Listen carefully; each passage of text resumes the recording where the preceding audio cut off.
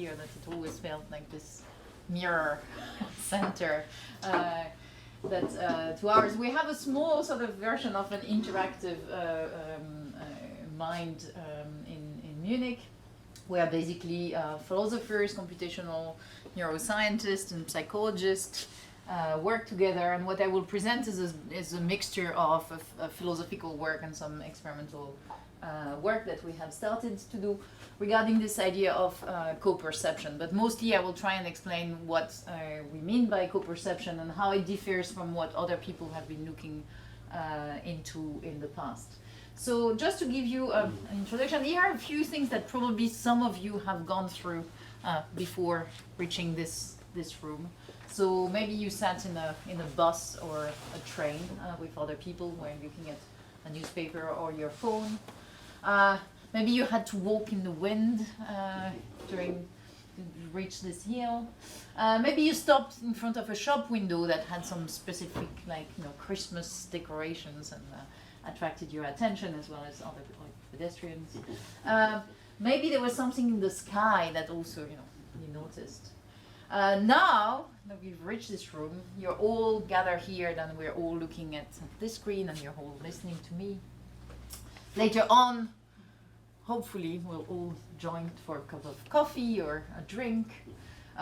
If the evening lasts a long time, we may end up singing and hopefully not having a fire, right? But in all these instances, I hope it convinces you that what your perceptual experience and your way of taking in the world is not done in perfect isolation. You always share the perceptual context in the cases I've presented with other people. And it's a very broad characterization. You just share that perceptual context. So in the drinking case or in the train case, for instance. What I mean by social is broadly defined. I think that everyone working on social cognition or any social phenomenon tries to avoid having to define exactly what they mean by social. But broadly here I'm thinking about humans, so not specifically the animal case, but social agents. Basically you see that you're surrounded by people who are capable of engaging with the world in similar terms as you, right? So the interesting thing here with perception in a social context is you might think that what is going on, for instance, with these 4 drinkers, for each of them is quite different from the experience that they would have independently of the others.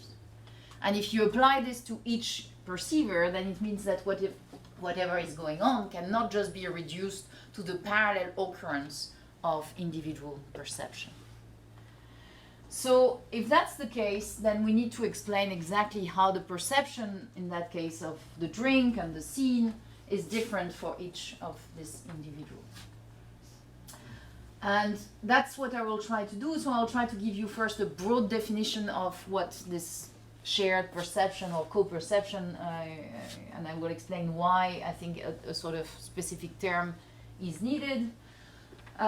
Because it needs to be distinguished from a series of other phenomena that people have documented in the literature and are interesting in their own rights. Then I'll try to explain to you what kind of mechanisms we can posit for this shared perception or co-perception, and then seeing how it makes us actually revisit some experimental evidence and what we have started to do experimentally ourselves.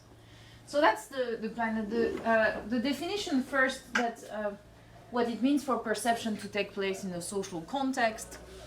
In this case, it could be differentiated from what I will call is mere co-presence. So in this case, on this drawing, you can see that these 2 guys are also drinking, but the one on the right is just passed out, right? It's just like not able to perceive at all. He's still physically present, so you could think that this guy feels that he's not drinking alone, but the other person has no perceptual engagement with the scene and what is going on.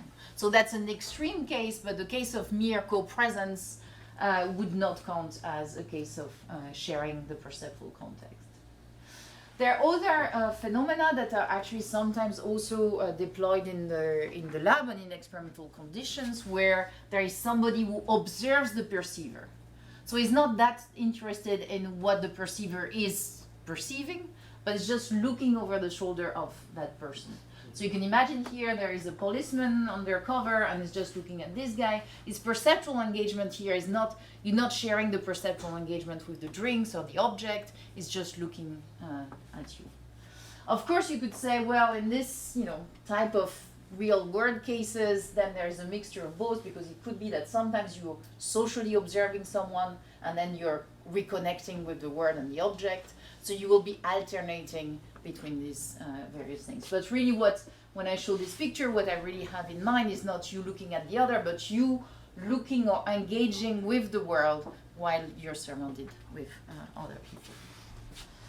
Now, when you mention co-presence or social observation, it's actually documented under this very broad label, and it's a bit where the interest started, of social influence of perception. And it's an incredibly varied set of findings that you find under this label, as maybe you're aware. And it's not even, I think, what we could sort of nicely call an umbrella term, because there are things that sometimes really shouldn't fit under that umbrella. But what you will find a lot is a reference to Solomon Asch. I mean, a series of findings where people have shown that if you're surrounded by others and people tell you what they have perceived, then your judgment can eventually take into account other people's judgments. So that's more a social influence on your perceptual reports or your perceptual judgments than social influence on perception per se. But sometimes also, because what we call perception can be incredibly wide, you have things that fit not at all under even something that you really perceive, like for instance social influence on risk perception. So at least with Solomon Asch, the idea is that at least there is a common thing that people perceive, and then their reports are influencing each other, but there are things where it's not even grounded in perception. So I think we should really try and push aside this broad label and maybe do a bit of conceptual tidying to know what we're talking about. So going back to the definition, now is just a rephrasing of what I've sketched in broad terms. What is really important here is this idea of perceptual engagement, and you will see why it's a bit different from just monitoring somebody's attention. You just have, and that's the claim that I would be interested in investigating or discussing more. I think we have a good idea of whether people are engaged with the world around us or not. Like when this guy passes out, you have an idea that he's no longer engaged with the scene around. If somebody starts to just turn their shoulders in a relevant way and so on, then you can pick on a whole set of very rich behavioral cues that tell you whether people are engaged with the things or not. And it's not necessarily just relying on tracking their gaze, right?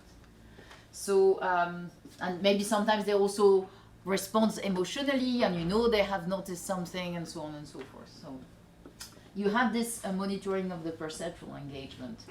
And just to note it also, because I think that this has methodological implications, in actually quite a lot of the experimental evidence that you see collected in the lab on things that are very relevant to this idea of perceiving the same thing together, people have taken the habit of for control reasons, to actually let people experience things by themselves. Here, for instance, there are people with headphones on different booths, and they're all being played the same sound, and they ask to say whether the first sound was higher than the second, and then they're told what their co-perceivers have listened to, and then adjust their perception.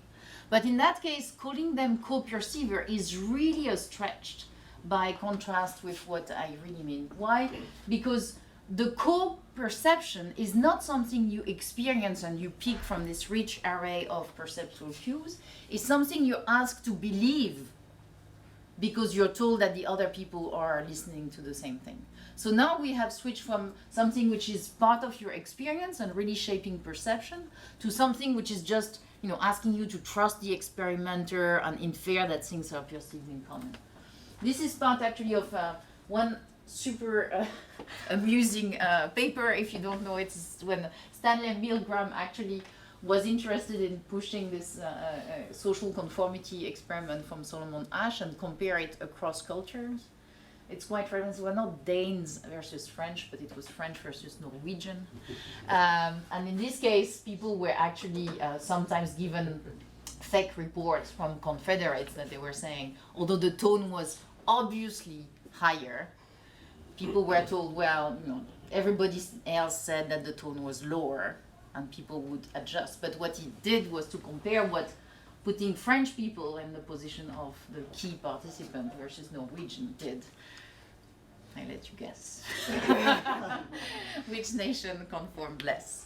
But that's a very nice aspect. And actually also note, they found that overall the conformity for sound in this case was much higher than what Asch had seen for vision. So it could be also that there is something about the perceptual difficulty or the modality that is important in this social conformity aspect. That's something that I'm really also interested. It's really very nicely written paper. I recommend it highly. But more closely, that's actually when we started sort of discussing back in the days, both with Bahadur and Andreas and Chris, who wrote this optimally interacting mind paper, where two people are presented with the same visual stimuli and then are asked to give individual decisions, and if they disagree, they're given the opportunity to talk to each other and then agree on a collective perceptual decision. What this paper showed is that after discussing overall and under certain conditions, people can be better than the best of the two. So fantastic results, really thought-provoking, but you can think that this optimal interaction is happening when people start to discuss, of course, but as far as the perceptual interaction is concerned, there is none, because you're asked really to believe that your stimuli were similar exactly to the other, and you haven't really shared the initial context. So that guarantees control, but that really loses the initial sharing, and that's the importance of the initial sharing that co-perception really stresses. So when we look at this divided perception and we ask people to think they're co-perceiving, we are studying something else already. What is also part of the definition is that as much as this shared perceptual engagement, what we are capable of doing is a form of selective updating of which part of the scene we're then perceiving in common with others or not. So part of what is going on, for instance, in this drinking scene will be shared. And what I mean by common, I don't know how many philosophers are in the room or people who are familiar with definitions of common ground, which have been discussed. But usually it's taken to be a very higher level representation of I know that you know that I know that you know, and so on and so forth. So that's how it's discussed in the literature. And that's really supposed to be an abstract representation of your common knowledge with someone. This is not what I mean here. I just mean the sheer basic sensitivity that you realize, for instance, or I realize that this part of the scene you don't see. It's just not common between you and I. But this part of the scene is common between you and I. So that at some point, of course, in my behavior, I could show that I'm sensitive to that. So I will not start to say, hey, look at this brown thing here, because I realize you don't have access to it. So that's the kind of sensitivity to the commonality that I have in mind. And it's not something that I will necessarily keep storing forever, thinking, now I can go on referring to these things we perceive in common. I can just show this sensitivity online and during the interaction. It could have some consequences in my behavior, but it's really just the sensitivity to what is common and private. Okay, why do I say that there is some selectivity? Again, as Carsten mentioned, my earlier work was really concerned with different sensory modalities and how they interact with each other. And now I'm really interested in sensory interactions between people, but still keeping into account the differences between our various sensory modalities. I've mentioned Milgram and the sound versus vision. But you can think in, for instance, here, in a case like this, surely your interoceptive signal, let's say you get really excited about the drink, then you feel your heartbeat. This is not something that will ever be common, right? Unless you have some technological thing that translates your heartbeat into flashing lights or something, right? This information is just necessarily private. On the other hand, you have whatever you're touching at this stage, everybody touches their glass, and this is something that is at this point not common, because you're the only person touching that object. There may be, you could say, well, isn't touch always private because we can't really touch the same thing in common? Not really, and I think this is an important aspect. There could be moments where touch becomes actually something you share, and that's the effect of social touch. Here, in that case, you both feel the touch on this area. So that's a case where the modality is not necessarily private. There is social touch that you can have. The selectivity is not just a question of the senses. So as I said, depending on the senses and the situation, you will share different things. But also, there are different regions of space. I gave you an example, like here, this part of my visual field is private, the rest is common. In this given modality, the pot is common, for instance, and you could think that if you're drinking the same thing or accessing the same thing while somebody is doing something different, then there's also this is common, but this is private. So these are the two core conditions for co-perception, and they're quite minimal, right? That's just this idea of what is common and not. But still, they require quite a lot from the agents. They require monitoring, something like engagement, and they require a smart sort of monitoring of what is shared and what is not shared at a given moment. So though minimal, it's quite sophisticated. The question that you could ask is whether it's sufficient to really characterize the sharing of perception. I guess everybody more or less should be familiar with other cases of sharing that have been much discussed and documented both by philosophers and experimentalists, cases especially of joint attention and all the discussions as to whether it's specific to humans or not, and cases of joint action with the same debates. But what's important in this case is that in all these debates, if you notice, there is a way in which these phenomena require a form of coordination. You're not accidentally finding yourself in a case of joint attention. You're not accidentally finding yourself in a case of joint action. Depending on the case, you can try and think about different levels of coordination that are required, whether it's intention, whether it's just awareness, whether you need commitments and so on. But all of these accounts require a form of coordination.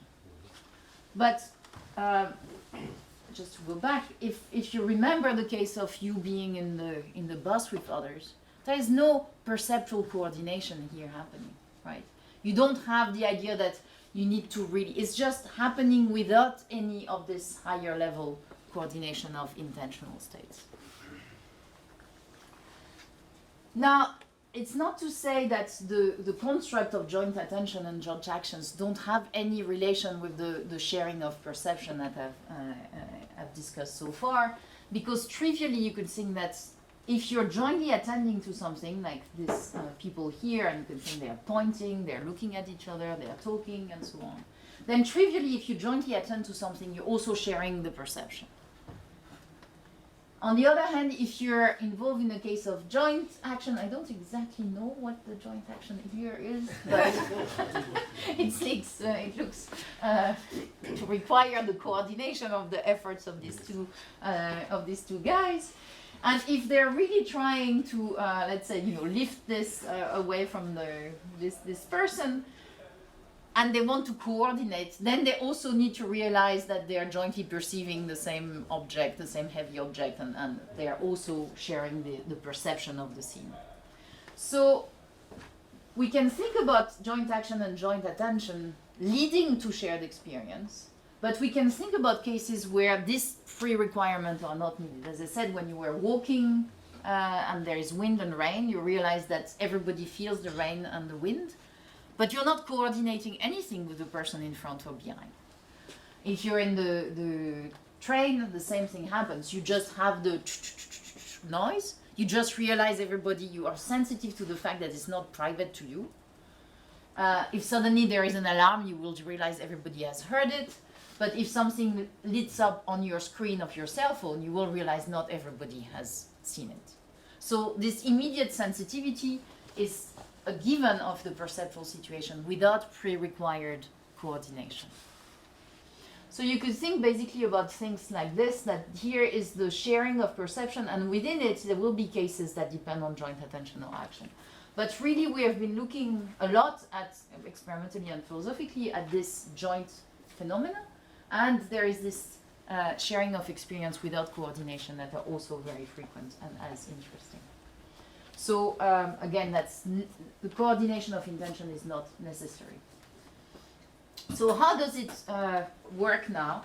And this is a bit of the needed conceptual explanation here, because basically we know quite a lot about how the other joint phenomena and coordination of attention or coordination of intention work. But how does exactly this mere sharing works? So there is this interesting account, and you may know some of the usual suspects on this list. Which says basically that what happens in this sharing situation doesn't need to be a highly coordinated aspect, but just that you switch to a more collective way.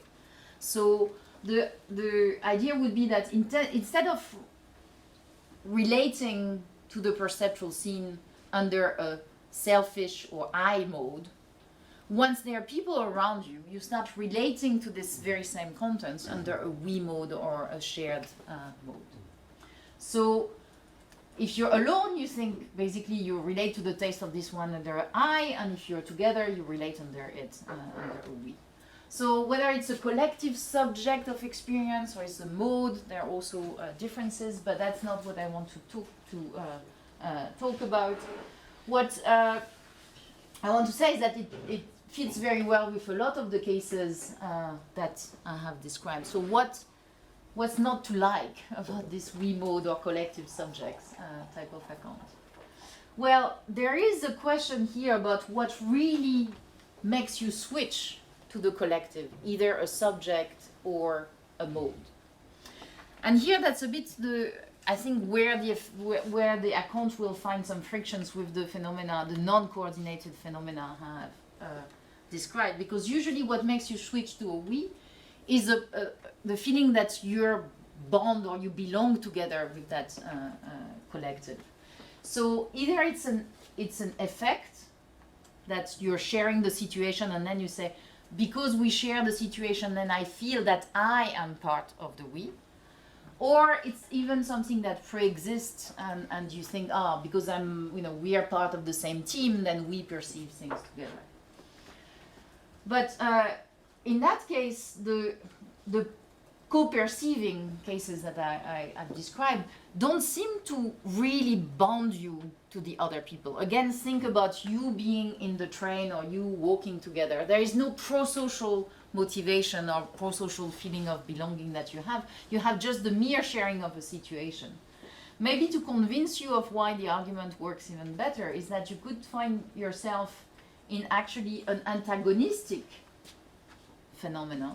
Imagine now you realize this is a case where you jointly or you co-perceive this and you co-perceive the scene, but you don't think I now belong to a collective we with your aggressor. So I think that's an assumption of this pro-social willingness to join will be having some stretch. In other competitive aspects, there are these cases where basically you will not think that we see the same thing, but you will want to keep, on the contrary, a difference between what I am seeing privately and what you and I, as a kind of distinct, are seeing in common, but not merge into a collective subject. So basically, within each, I think, of these categories, we could find cases where there is such a willingness to move to a collective, either mode or a collective subject. but that may not work so well. To be really fair, there are other sort of general objections I have independently of this, with the idea of moving to a collective subject or a mode, because we have harder ways of thinking what it exactly means for the brain to switch from a single subject to a collective subject, or a single mode to another mode. So I'm just packing this general objection with this, probably in thinking that this is not the way forward. So I have background sort of more general, like not objections, but doubt as to how well this will capture an actual mechanism in the brain. Something else that could convince you that there is no such we would be to move to cases, I said I would briefly mention animals, where it would be really difficult to think they're moving to a we subject or we mode. And these are a series of experiments you may be familiar with, where basically there's a subordinate being introduced into the space, and the dominant animal is just watching. And there is a food here, a peanut, which is visible to both, and here there's a peanut which is just visible to the subordinate. And these experiments tend to show, at least in some species, that there is a sensitivity to the private versus common, because this subordinate is more likely to opt in this condition for the privately seen peanut rather than the common, where they would have to compete or get beaten by the dominant monkey. So this is what the results tend to show. This is the case where the two peanuts are visible, so that you see whether the monkey has a preference for left or right. And when one is visible to the subordinate only and private, you can see that suddenly the probability to be actually reaching for this peanut is much higher. In this case, I hope you will agree that this is not only just a case where there is no coordination of intention, there's no joint attention or joint action going on, it's not a cooperative activity, but it would be really a stretch to move to this collective subject of collective mode for this monkeys. It's something much more basic may be going on here. Now, there is another proposal on the table for thinking what's going on in this case of co-perception and shared experience, is that basically there is a form of synchronization, either at the behavioral level or at the neural level. And again, I'm packing here some background objections with why, more specifically, I think that they work less well to explain these cases. And I want to show you something that we are doing at the moment with art. So a sub-interest is to try and understand what there is actually about the collective experience of art that maybe doesn't require initial coordination, but has an extra effect on us in this co-perceived aspect. But this is a series of paintings that are being observed by two individuals who are both wearing a mobile eye tracker. And you can see here, at least, that there is good evidence, or we find it as well as other people, that synchronization happens. In this case, synchronization at the gaze behavior level. This is what happens when two participants, and this is represented a series of participants, look at the painting individually, and this is what happens when they start looking at the painting together, with some minimal opportunity for interaction. They just realize they're looking at this together, they had a little chat before. And you can see that here, the common similarity when people are looking at it individually and when they start looking at it in pairs is much higher.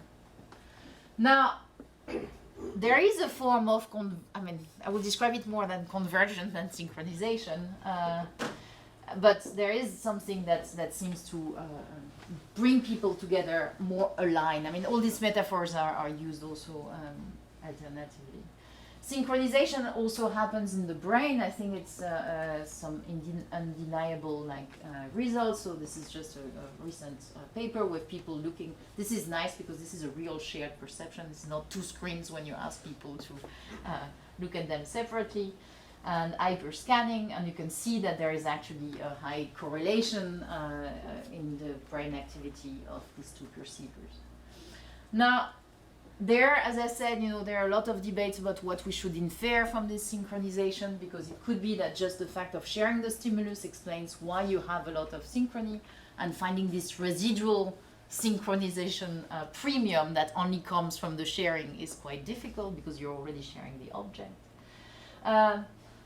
But to leave the hot topic of what hyperscanning shows, that I think that's what we can agree on, is that if you have this synchronization, for instance, of gaze in this case, where there's more convergence when people, this is one subject is looking at, and the other when they're jointly engaged with the painting, that the things that they are not at some point synchronizing on is still commonly perceived.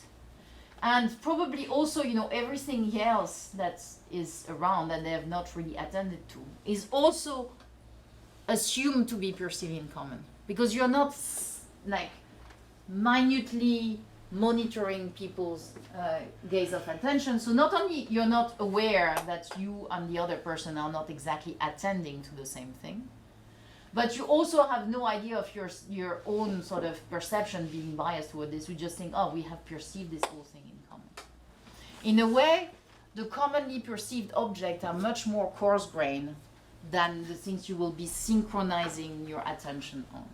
That's the claim that you can have. And that's enough for a lot of social interaction. You don't need to have this fine-grained joint attention for a lot of things that is going on. So for this reason, I want to sort of put my own proposal on the table, and it's also demanding, but I think more explains more. That's here's the account, is that to say that there is a way in which we tag. It's a metaphor, but our brain will be sensitive to whether a certain type of perceived contents are public or private. So it's not something that requires you to have a mode or a collective subject. It's not at the subject side. It's not something that is just at the level of an emerging effect of synchronization. It's really a cognitive aspect. And it's a cognitive thing that comes with a distinct signature of a representation of something which was in common or in private. So in that case, for instance, the jar is tagged by the brain as being public, whereas your feeling of the glass is tagged as private. For your heartbeat, you don't need such a tag because they're always private.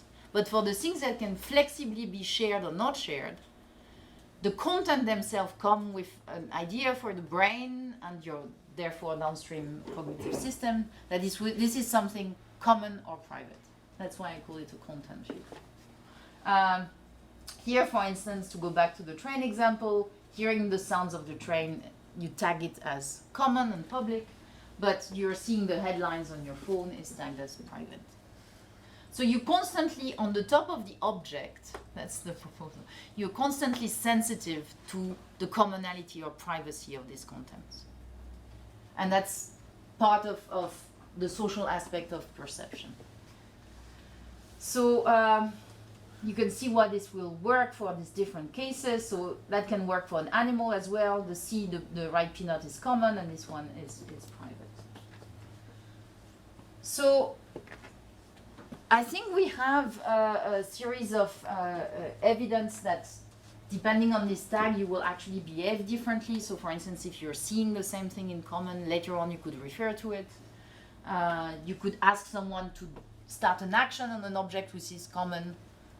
Let's say, let's carry this trolley, but if I say, let's carry this object, you will be puzzled. So we cannot initiate a joint action unless this object is tagged as common.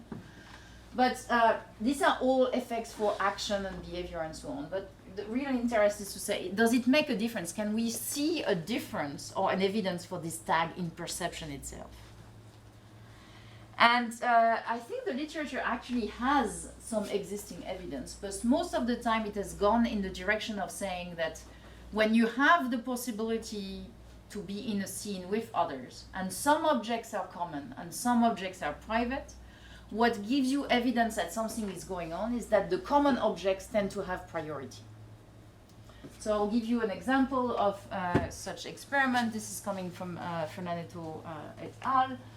This is a case where it's not for us, it's not really a good case of co-perception per se. It's a kind of proxy because you're just expected to watch with this avatar on the screen.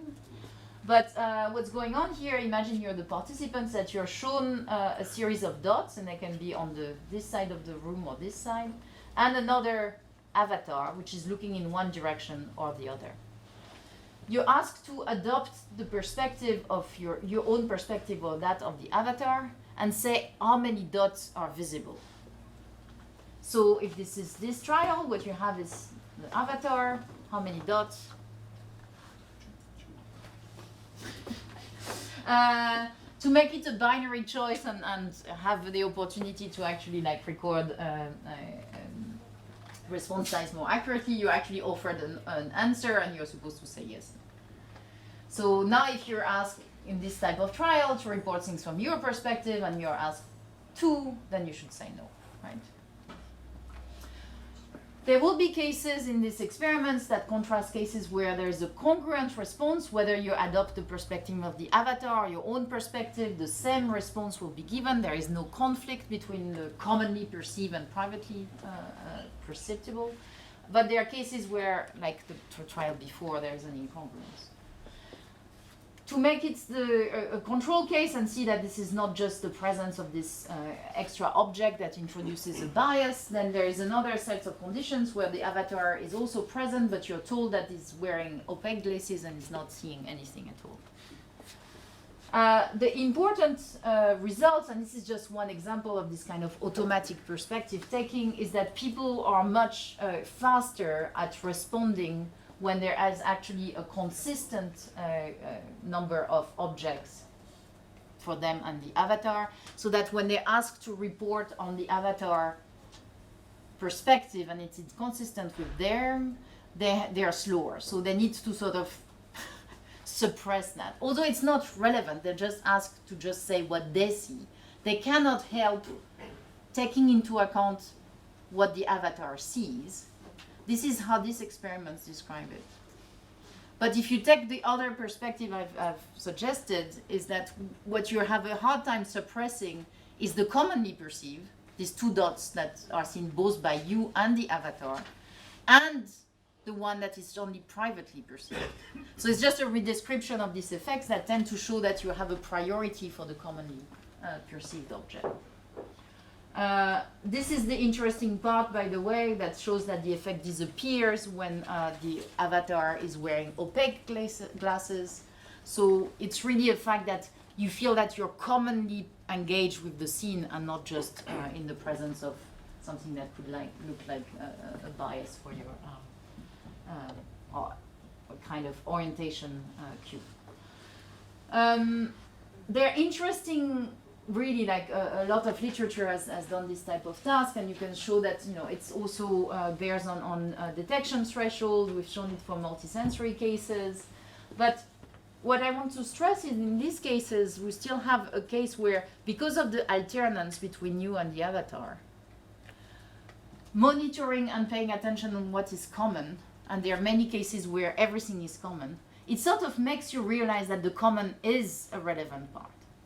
What we're interested in saying is to say, well, is this prioritization of the commonly perceived object exactly always the case when it's not task relevant?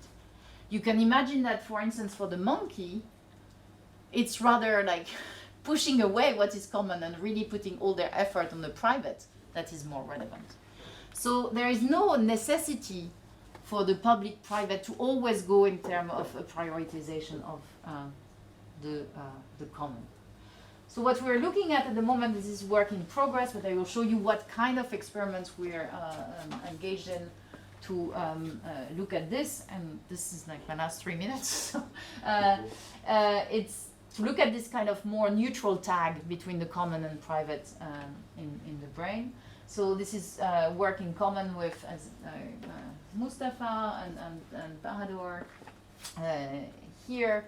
And basically it's a classic random dot motion task, so you may be familiar already with this. So the participants is presented with a series of dots, and the coherence between the motion can vary.